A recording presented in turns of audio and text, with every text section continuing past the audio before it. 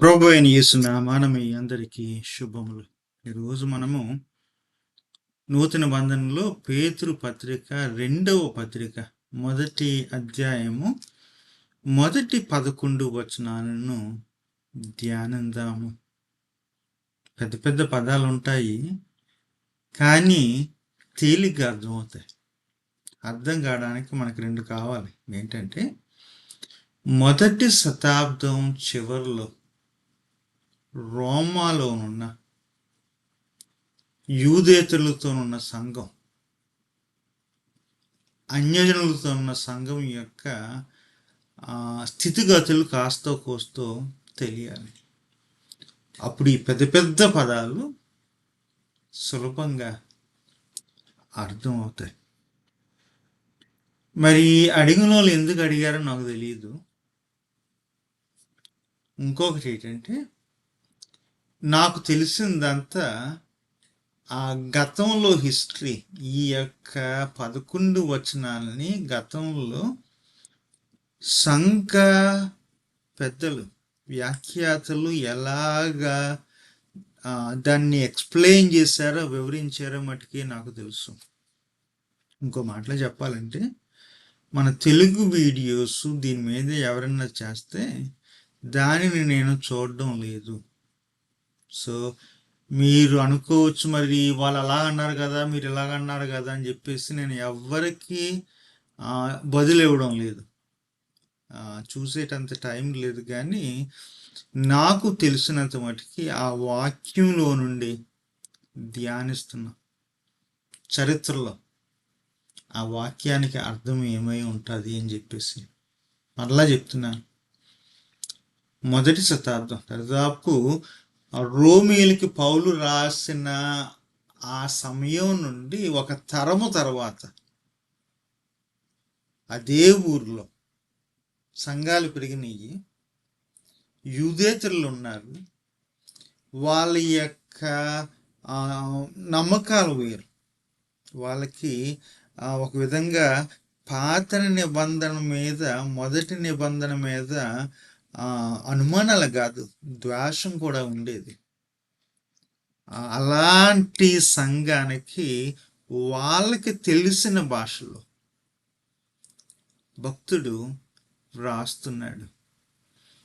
నాకు అక్కడ 2 సార్లు ఈ పదం వస్తుంది, అమూల్యమైన అమూల్యమైన అని చెప్పేసి. ఏ విషయంలో అంటే, అమూల్యమైన విశ్వాసము అంటాడు, అమూల్యమైన వాగ్దానము అంటాడు. అంటే అన్నిటికి రేట్లు ఉన్నాయి, ఈ రెండింటికి రేట్లు లేవు, రేటు పెట్టలేం. ఏంటి? విశ్వాసానికి, వాగ్దానానికి. కారణం, విశ్వాసం అనేది దైవం ఇచ్చేది, వాగ్దానం అనేది దైవం ఇచ్చేది. ఇస్తే పుచ్చుకోవడమే. నేను రేటంతా అని దేవునితో మనము బేరం ఆడలేము. చెప్తున్నాను కదా, దైవం ఇచ్చే వరం అది. ఏంటి? విశ్వాసం. దైవం ఇచ్చే వరము ఏంటి? వాగ్దానములు. ఈ మాటలు చెప్పిన తర్వాత మీకు 2 పదాల యొక్క అర్థం చెప్తాను. ఆ 2 పదాల అర్థం అయితే ఈరోజు నేను చెప్పిన వాక్యం మీకు అర్థమవుతుంది. పెద్ద పెద్ద పదాల్లో ఉంటాయి. ఒకటి ఏంటంటే థియోసిస్. ఎవరు ఉపయోగిస్తారు? 4వ శతాబ్దంలో గ్రెగరీ ఆఫ్ నాజియాన్జిస్ దానిని ఉపయోగిస్తాడు. దానిని తెలుగులో ఏమంటారంటే డీఫికేషన్ అంటారు. దాని గురించి ఎక్కువ ఎవరు రాశారంటే టాడ్ బిల్లింగ్స్ అని తను రాశాడు. కంగారు పడకండి, మీరు కంగారు పడకండి. డీఫికేషన్ అంటే దేవుళ్ళు అవ్వడం కాదు. మీరు కానీ నేను కానీ దేవుళ్ళము కాదు, దేవుని యొక్క స్వభావంలో పాలు పంచుకుంటాము. అర్థమవుతుంది కదా? అంటే ఇది ర్యాంక్ విషయం కాదు, దేవుడు అంతటోళ్ళు అవుతాం కాదు, దేవుళ్ళలాగా అవుతామని కాదు, దేవుని పోలికల్లోనికి ఎదుగుదాము. అదే అర్థం అక్కడ. అప్పుడు మీరు అంటారు, మరి దేవుడు సర్వాంతర్యామి కదా, మేము అన్ని చోట్ల ఉండగలమా? No. దేవుడు సర్వజ్ఞాని కదా, మాకు అన్ని తెలుస్తాయా? No. కానీ దేవునికంటూ కొన్ని గుణగణాలు ఉన్నాయి. దాంట్లో పెరిగే అవకాశం, దాంట్లో పాలు పంచుకునే అవకాశం, ఆ అవకాశం కలుగుతుంది, పెరిగే అవకాశం ఉంది. గుణగణాలు తర్వాత మీకు చెప్తాను. ఓ మాటలో చెప్పాలంటే, దేవుని యొక్క స్వభావంలోనికి పెరుగుతాము. దేవుని యొక్క స్వభావంలో పెరుగుతాం. కాస్త కోస్త దేవుని స్వభావం మనలో ఉంది. ఆ కోణంలో అంటే అందరూ ఎదుగుతున్నాంలేండి, సరే ఎదుగుతలేదు. మన మనసులు కానీ, ప్రవర్తనలు కానీ, వైఖరులు కానీ, మన స్వభావాలు ఎదుగుతున్నాయి కానీ ఎదగాల్సిన రౌట్లో ఎదుగుతలేదు. కొన్ని చోట్ల చెట్లు పెరుగుతాయి, పైన ఏమన్నా ఇది ఎలక్ట్రిక్ పోల్స్ ఉన్నాయంటే వంకరగా పెరుగుతాయి, పైన ఏదైనా ఇంకో చెట్టు ఉందంటే వంకరగా పెరుగుతాయి. సో మనం అందరూ ఎదుగుతున్నాం కానీ వంకరగా ఎదుగుతున్నాం. ఇక్కడ ఏమంటాడంటే భక్తుడు, దేవుని యొక్క స్వభావంలోకి తిన్నగా ఎదుగుటకు అంటాడు. రెండు ఏంటంటే, దేవుని యొక్క పోలికలను పంచుకుంటకు. దైవం మనందరినీ తన యొక్క పోలికల్లో సృష్టించాడు. ఆయన ఇమేజ్లో మనం సృష్టించబడ్డాం. కానీ పాపం అనేది, అవిధేయత అనేది మనలోనున్న దేవుని యొక్క పోలికను తుడిచేసింది, పాడు చేసింది. ఆ యొక్క పోలికలో మళ్ళా ఎదిగే అవకాశం కలుగుతుంది అంటాడు. దానికి ప్రారంభం ఏంటి? అమూల్యమైన విశ్వాసము. ఇంకొకటి ఏంటంటే, ఇది స్కాట్ సంకోస్ట్ ఏమంటాడంటే, ఇదిగో దేవుని యొక్క స్వరూప్యము, దేవుని యొక్క స్వభావము మనకు తెలీదు. దైవం ఎలా ఉన్నాడు అని ఎలా తెలిసింది మనకి? క్రీస్తు ద్వారా, క్రీస్తులో, ప్రభు యేసుని వదనంలో.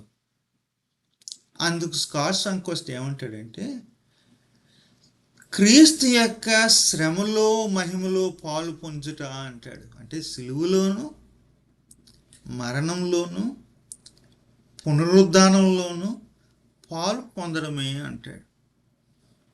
ఇంకొక అర్థం ఏంటంటే, దేవుని యొక్క కార్యము ఈ లోకంలో కొనసాగుతుంది. ఇది సృష్టించి దేవుడు ఆగిపోలే. దేవుని యొక్క సృష్టిలో దేవుడు ఎప్పుడు భాగంగానే ఉన్నాడు, తన యొక్క కార్యాన్ని జరిగిస్తున్నాడు. ఆ కార్యంలో మనమందరూ ఒకటయ్యేటట్లు, ఆ కార్యంలో మనం భాగస్వామ్యులు అవుటకు. వింటున్నారు కదా? సో ఇన్ని అర్థాలు ఉన్నాయి. దేనికి? దేవుని యొక్క స్వరూప్యంలో పాలు పంపులు పొందుటకు అనడం, పాలివారు మగుటకు అనడం. సో మనకు అవకాశం ఉంది, కానీ ఆ యొక్క పదానికి చాలా అర్థాలు ఉన్నాయి. దేవుని స్వభావంలో ఉండడం, దేవుని యొక్క పోలికలో పెరగడం, క్రీస్తు యొక్క శ్రమయందు, మరణమందు, పునరుద్ధానమందు పెరగడం, పాలు పొందడం. అంతేకాదు దేవుని యొక్క కార్యంలో భాగస్వాములు అవ్వడం. ఇది ఒక అర్థం. డీయిఫికేషన్ అంటే / థియోసిస్ అంటే అదే, participating in the divine nature or sharing the divine nature. దేవుళ్ళు అవడం కాదు, not becoming gods. It is sharing in the divine or God's nature. అర్థమైంది కదా? అదొక పదం. డీయిఫికేషన్ చెప్పిన తర్వాత ఇంకో పదం కల్టివేషను అని అంటాం. మీ అందరికీ తెలుసు, కల్చర్ అంటాం. కల్చర్, మా కల్చర్ ఇదే అంటాం. కల్చర్ అన్న పదం ఎక్కడ పుట్టింది అంటే, కల్టివేషన్ అన్న పదం నుండి పుట్టింది. కల్టివేషన్ అంటే అర్థం ఏంటి? మీలో కొంతమందికి తెలుస్తుంది, కొంతమందికి తెలియకపోవచ్చు. మాలాంటి వాళ్ళు చిన్నప్పుడు పొలాల పక్కన పెరిగాం, పొలాలను చూస్తాం. మా ఇంటి పక్కన పొలం ఉండేది. అది ఏం చేసేవారంటే, ఒక వరేసి మరలా దాన్ని ఏం చేసేవారంటే చెరుకుకో ఇంకొక దానికో అది వేసి మరలా ఇంకోటి వేసి ఇలాగా స్విచ్ చేసేవారు. అంటే అన్ని ఒకే రకం అదే భూమి మీద వేస్తే పంటకి మంచిది కాదు, భూమికి మంచిది కాదని చెప్పేసి ఆల్టర్నేట్ చేసేవారు, మార్చేవారు. ఈ విత్తనాలు వేయకముందు, నాట్లు వేయకముందు ఏం చేసేవారు అంటే భూమిని సిద్ధపరిచేవారు. నాగలు తీసుకురావడం, దున్నడం, తర్వాత నీళ్లు పెట్టడం, ఇన్ని రోజులని చేయడం, అది ఇది అక్కడ వేయాల్సినవి, దానిని ఆ ప్రాసెస్ని ఏమన్నా అంటే సాగు చేయడము అండు, కల్టివేటింగ్. తర్వాత నాటడం, నాటిన తర్వాత మరలా అందులో ఏమన్నా అది ఇది పెరుగుతుంటే దాన్ని క్లీన్ చేయడం, వీడింగ్ అనమాట. ఇవన్నీ చేసినప్పుడు దానికి పెద్ద పదం ఏంటంటే పండించడము అంటారు. అది లోన్ ఉంది, ఆ జీవం భూమిలోనే ఉంది, పైనుండి ఎక్కడుండే కాదులే. వర్షం వస్తుంది, మంచు వస్తుంది, అంతేగాని జీవం అనేది భూమిలో ఉంది. కానీ భూమిలో ఉన్న జీవం మొక్కలోకి రావడం, గింజలోకి రావడం, అది బయటకు పంటగా రావడానికి ఏది కావాలి అంటే కల్టివేషన్, సాగు చేయడము. విద్య అనేది సాగు చేయడమే. ఆ సబ్జెక్ట్ కానీ ఈ సబ్జెక్ట్ కానీ మనలో ఉన్న కాస్తో కోస్తో ఆ మ్యాథ్స్లో ఈ కాన్సెప్ట్లని, ఈ యొక్క సబ్జెక్టులని, ఈ అలవాట్లని, ఈ యొక్క కంపిటెన్సీస్, కొన్ని చేయగలిగిన స్కిల్స్, నిపుణతలు పెంచే అవకాశం ఈ చిన్న బ్రెయిన్లో ఉంది. విద్య అనేది అది దానికి దోహదపడుతుంది. అది మళ్ళీ ఒక మాట చెప్తాను. ఈ మధ్యన ఏదేదో టెస్టులు రాస్తున్నారు కదా, పేపర్లు లీక్ అయినాయి అని కంగారు పడి, బాధపడి ఆత్మహత్యలు చేసుకోవద్దు. పిల్లలకి చెప్తున్నాను నేను. ర్యాంకుల కొరకు మనం బ్రతకం. చదువు అనేది ర్యాంకుల కొరకు కాదు. దైవం మనందరికీ ఏయో వరాలు ఇచ్చాడు. ఆ వరాలను సాగు చేసుకొని, ఆ వరాలను ఉపయోగించుకుని మన కోసమే కాదు, మన ఫ్యూచర్ కొరకే కాదు, మన జీతాల కొరకే కాదు, మన రాబడి కొరకే కాదు, సమాజం కొరకు మనం ఏదైనా చేయగలం, ర్యాంకులు లేకపోయినా సరే. అందుకనే వాటి కొరకు పోటీ పడద్దు, ధైర్యంగా నిలబడండి. సమాజం కొరకు దేవుడు మనకిచ్చిన ఆ యొక్క సామర్థ్యాలు ఉన్నాయి కదా, మేధస్సుతో వచ్చిన సామర్థ్యాలు సాగు చేయండి. మనము దేవునికి మహిమ తెస్తాము, సమాజానికి, కుటుంబాలకు ఉపయోగపడతాము. కల్చర్ అనే పదము ఎడ్యుకేషన్కి ఉపయోగపడుతుంది. ఎడ్యుకేషన్ అనేది మనలోనున్న ఐడియాస్, ఆలోచనలు, కాంపిటెన్సీ, నిపుణతలను కల్టివేట్ చేసేది. సో 2 పదాలు చెప్పాను మీకు. ఏంటి? మొదటిదేమో డీఫికేషన్, అంటే దేవుని యొక్క స్వరూపంలో, స్వభావంలో పాలు పొందులో. 2 ఏంటంటే దైవం మనకిచ్చిన ఆ యొక్క గుణగణాలు, ఆలోచనలు, తర్వాత ఆ యొక్క సామర్థ్యతలు, నిపుణతలను సాగు చేసుకోవడం, కల్టివేటింగ్ అనమాట. పొలాల్లో చేసేదే కాదు, స్కూల్లో కూడా జరిగేది అది. ఈ 2 పదాలు చెప్పిన తర్వాత మొట్టమొదటి వరం ఏంటంటే మనకి దైవం ఇచ్చింది విశ్వాసము. మీరు అనుకోవచ్చు, నేను విశ్వసించుతుని అనుకోవచ్చు. ఒక మాట చెప్తాను, మీరు మీ అంతటి మీరు విశ్వసించలేదు. విశ్వాసం అనేది కూడా దైవం ఇస్తేనే మీకు వచ్చింది.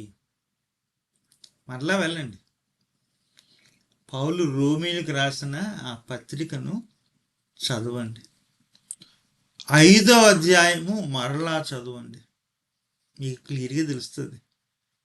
విశ్వాసం అనేది మన సొంత నీతితో వచ్చింది కాదు, మనం చేసే ఒక క్రియ కాదు, అది దైవం ఇచ్చిన వరము. విశ్వాసానికి ఇంకొక అర్థం కూడా ఉంది. వైఖరి, విశ్వాస్యత, నమ్మదగిన తత్వము. దైవం మనకు వాగ్దానాలు ఇచ్చాడు, అమూల్యమైన వాగ్దానములు ఇచ్చాడు. వాగ్దానాలు ఇచ్చిన దైవం మనకి ఆ యొక్క తన మాట నిలబెట్టుకుంటాడని చెప్పి నమ్మకంగా స్థిరంగా ఉండడం, అదే విశ్వాసం, అదే విశ్వాస్యత. ఇది క్రియ కాదు, వైఖరి. అర్థమవుతుంది కదా? మొదటిదేమో వరం, రెండవదేమో వైఖరి. విశ్వాసాన్ని దైవం ఇచ్చాడు అంటున్నాను కదా, వరంగా. ఎందుకు ఇచ్చినట్టు? నా మాటలో చెప్పాలంటే పెట్టుబడి లాభం అని చెప్పను కాదు, కానీ పెట్టుబడిగానే ఇచ్చాడు దైవం. ఏంటంటే, ఇదిగో నేను నమ్మి ఈయనకి విశ్వాసాన్ని ఇచ్చాను అంటే ఆ విశ్వాసంలో వ్యక్తి పెరుగుతుంది అని నమ్మకంతోనే.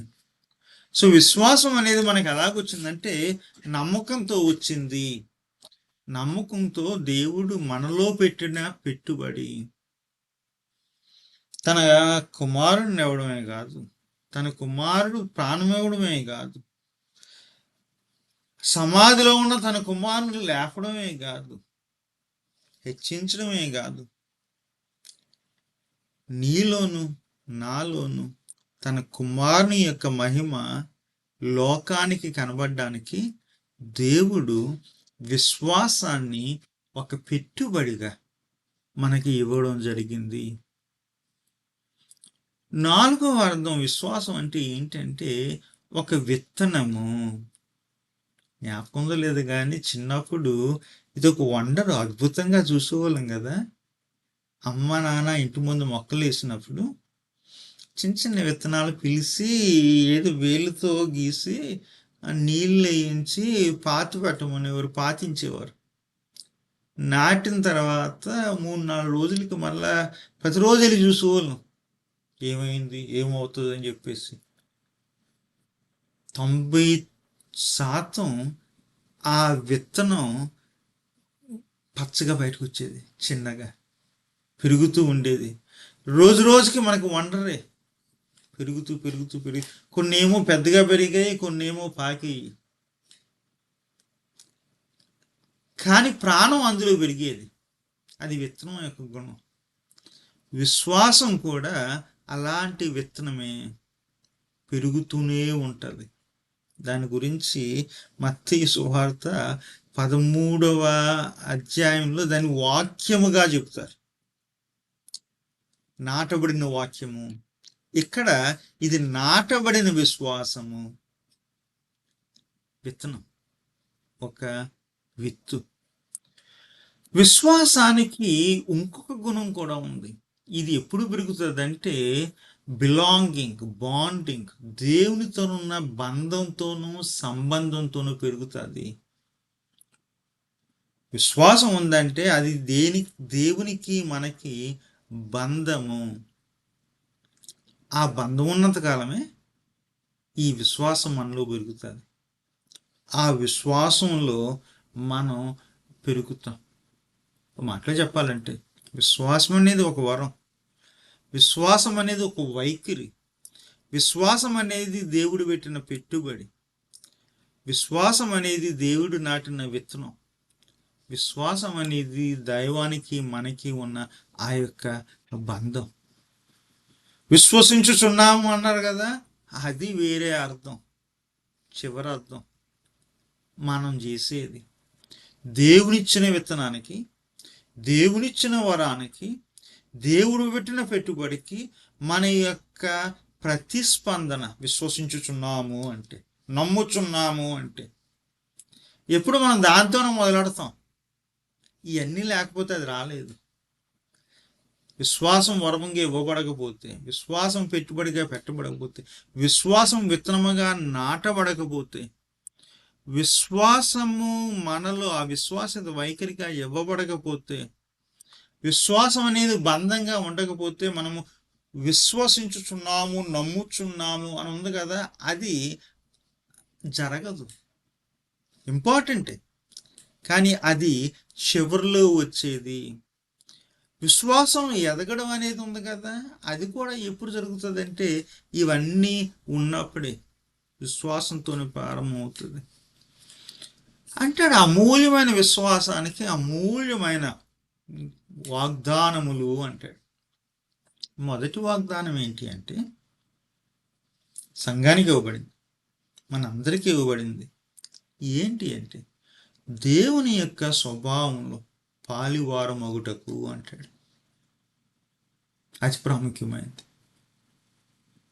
అంటే ఇందాక చెప్పాను కదా మీకు, దేవుని యొక్క స్వభావంలో ఉండడం, దేవుని యొక్క పోలికలో పెరగడం, క్రీస్తు యొక్క శ్రమ, మరణము, పునరుద్ధానంలో పంచుకోవడం, దేవుని యొక్క కార్యం, ప్రస్తుతం ఉన్న దేవుడు చేస్తున్న కార్యంలో పాలిభాగస్తులు అవ్వడం, భాగస్వాములు అవ్వడం, ఇవన్నీ అవ్వడానికి to share in God's nature, the divine nature, అది ఒక వాగ్దానము. వాగ్దానం నిలబడుతుంది. ఎట్లాగా? మరలా మీరు చదవండి. దాదాపు ఒక తరానికి ముందు పౌలు గారు రోమీకి రాసిన ఆ పత్రికలో ఉంటుంది, కొన్ని సిమిలారిటీస్, పోలికలు ఉంటాయి. ఇక్కడ ఏమి రాయబడి ఉంది?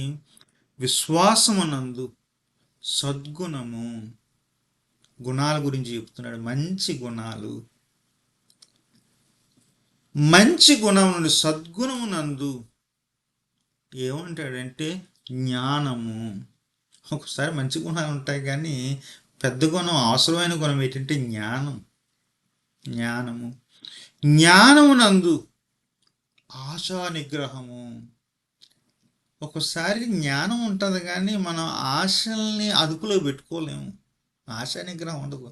ఆశా నిగ్రహం లేకపోతే జ్ఞానం లేనట్టే కదా. జ్ఞానమునందు ఆశా నిగ్రహము. ఈ ఆశా నిగ్రహం పెరుగుతున్నప్పుడు ఏం పెరుగుతుందంటే సహనము. ఆశా నిగ్రహము యందు సహనము అంటాడు. సహనము నందు భక్తి అంటాడు. గమనించండి, భక్తితో ప్రారంభం అవదు. భక్తి అనేది ఎక్కడికి వస్తుంది అంటే చివరికి వస్తుంది. విశ్వాసం నుండి సద్గుణానికి, సద్గుణం నుండి జ్ఞానానికి, జ్ఞానం నుండి ఆశా నిగ్రహానికి, ఆశా నిగ్రహం నుండి సహనానికి, సహనం నుండి భక్తి. భక్తి ఎలాగుంటుందండి అంటాడు, అది సహోదర ప్రేమలో ఉంటుంది అంటాడు.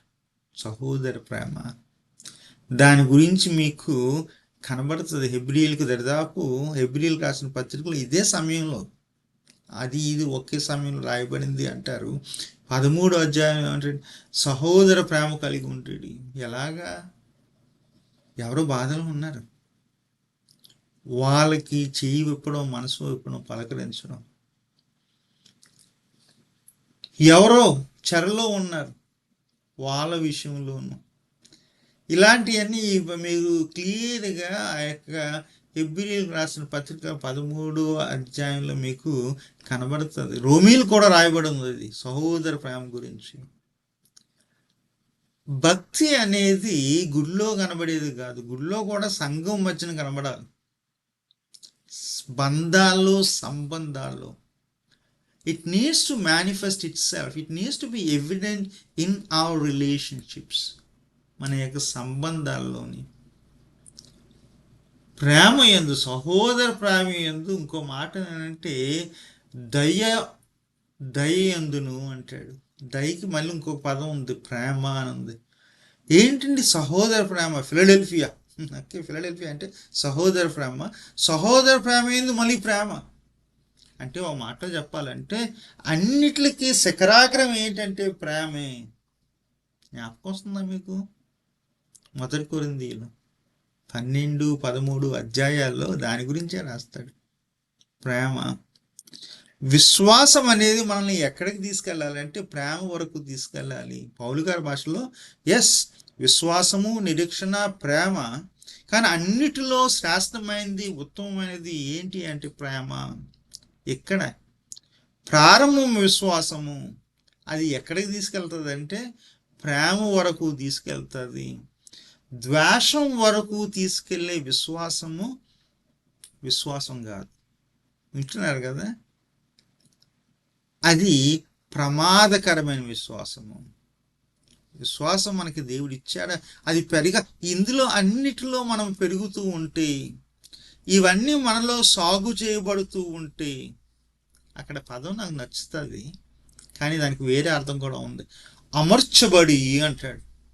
అంటే ఈ గుణాలన్నీ ఉన్నాయి కదా, ఏది విశ్వాసం అనేది, సద్గుణం అనేది, జ్ఞానం అనేది, ఆశానిగ్రహం అనేది, సహనం అనేది, భక్తి అనేది, సహోదర ప్రేమ అని ఉంది కదా, ఇవన్నీ అమర్చబడి అంటాడు. అదొక అర్థం. రెండో అర్థం ఏంటంటే ఇవన్నీ అభ్యాసమయ్యి, ఇవన్నీ అలవాటయ్యి. కొంతమందిని చూస్తాం, ఎటుండి అలా చూస్తున్నాడు, ఏంటండి ఆయన చెయ్యాలో ఊపుతాడు, ఏంటండి ఇలా నడుపుతాడు, ఏమంటాం అంటే ఆయనకు ఒక అలవాటు అంటాం, ఆమెకి అది అలవాటు అంటాం. మీకు నాకు ఇప్పుడు చెప్పాను కదా, విశ్వాసం అనేది, సద్గుణం అనేది, జ్ఞానం అనేది, ఆశానిగ్రహం అనేది, సహనం అనేది, భక్తి అనేది, సహోదర ప్రేమ అనేది అలవాటు అవ్వాలి అంటాడు. అది మనలో సాగు చేయబడాలి. మనం మట్టి, మనం నేల, మనలో ఇవన్నీ విశ్వాసం ద్వారా ఇవ్వబడ్డాయి. రోజు రోజుకి అవి సాగు చేయబడాలి, రోజు రోజుకి అవి దున్నబడాలి, రోజు రోజుకి ఎదగాలి. చిన్నప్పుడు మాటలు నేర్చుకున్నాం, ఎదిగాం. నడక నేర్చుకున్నాం, ఎదిగాం. అక్షరాలు నేర్చుకున్నాం, అభ్యసించాం, అందులో ఎదిగాము. ఆటలు, కొంతమందికి పాటలు, కొంతమందికి మాటలు, వేరే వేరే వృత్తులు, నైపుణ్యతలు అన్నీ దేంతో వస్తాయంటే అభ్యాసంతో వస్తాయి. కల్టివేషన్, సాగు చేయబడడంతో వస్తాయి. అందుకనే ఈ పాటల బోర్డులు పెట్టినప్పుడు ఇలా ఏమంటారంటే, అక్కడ ఎక్స్పర్ట్స్ కూర్చున్నప్పుడు ప్రాక్టీస్ చేయమ్మా అంటారు, ప్రాక్టీస్ చేస్తే బాగా చేస్తామని చెప్పేసి. పాటలోనే కాదు, ప్రతి దాంట్లో కూడా, క్రికెట్కి వెళ్ళినప్పుడు అది కూడా చెప్తారు, ప్రాక్టీస్ చేయనన్నారు, రోజుకోసారి వచ్చి ఆడడం కాదు, ముందు ప్రాక్టీస్ చేయని చెప్పేసి. అలాగా నేను చెప్పిన ఈ గుణాలన్నీ మనం ఏం చేస్తుండాలంటే ప్రాక్టీస్, అభ్యసిస్తూ ఉండాలి, అమర్చాలి, అలవాటు చేసుకోవాలి, అభ్యసించాలి, వాటిని సాగు చెయ్యాలి అంటాడు. ఎక్కడ? ఒంటరిగా కాదు, కుటుంబంలో, అక్కలుగా చెల్లెలుగా, అన్నలుగా తమ్ములుగా, తల్లిదండ్రులుగా పిల్లలుగా, మన సంబంధాల్లో ఈ గుణాలు కనబడాలి. సంఘంలో ఆదివారం ఒకసారి రావడమే కాదు, ఆ 3-4 గంటలు చేసే ఆ యొక్క ఆరాధనే కాదు, వారం అంతా మన సంఘ జీవితంలో వీటిని అభ్యాసం చేయాలి. విశ్వాసాన్ని, సద్గుణాన్ని, జ్ఞానాన్ని, ఆశానిగ్రహాన్ని, సహనాన్ని, భక్తిని, సహోదర ప్రేమను మన సంఘంలోనే కాదు, మన సమాజంలో, మన వీధుల్లో, మన పనుల్లో, మన ఉద్యోగాల్లో, మన యొక్క చదువుల్లో ఇది మనకి అలవాటైపోవాలి. ఇవన్నీ మనలో అలవాటైతో మాట చెప్తాను, ఇక్కడ అన్న వాగ్దానం నిజమవుతుంది. ఏంటి? దేవుని యొక్క స్వభావంలో పాలిభాగస్తులం అవడము, పాలు పొందడము. వింటున్నారు కదా? ఇది అదే అంటాడు. విశ్వాసం అనేది వరంగాను, విత్తనంగాను, బంధంగాను, పెట్టుబడిగాను మీకు ఇవ్వబడింది.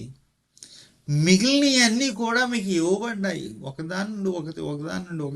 ఒకదాని నుండి ప్రతి దాంట్లో కూడా మీరు అభ్యసించి, వాటిని సాగు చేసి, వాటిని మీకు అలవాట్లుగా చేసుకుని అందులో ఎదిగితే దేవుని స్వభావం అందు, దేవుని పోలిక యందు, దేవుని పోలికలో, దేవుని యొక్క స్వభావంలో ఎదుగుతాము, పాలు పొందుతాము. అదేనండి అమూల్యమైన వాగ్దానం. నా ఆశ అదే, మీ గురించి నా ఆశ అదే. ఏంటంటే మనం వీటిని అభ్యసించి రోజు ప్రాక్టీస్ చేసి మనలో దేవుని యొక్క స్వభావము, పోలిక, మహిమ, మంచితనం లోకం చూడాలి. అందుకనే మనం పిలువబడ్డాం. అందుకనే మనకు విశ్వాసం అనేది ఇవ్వబడింది. ఉంటాను మరి. సెలవు.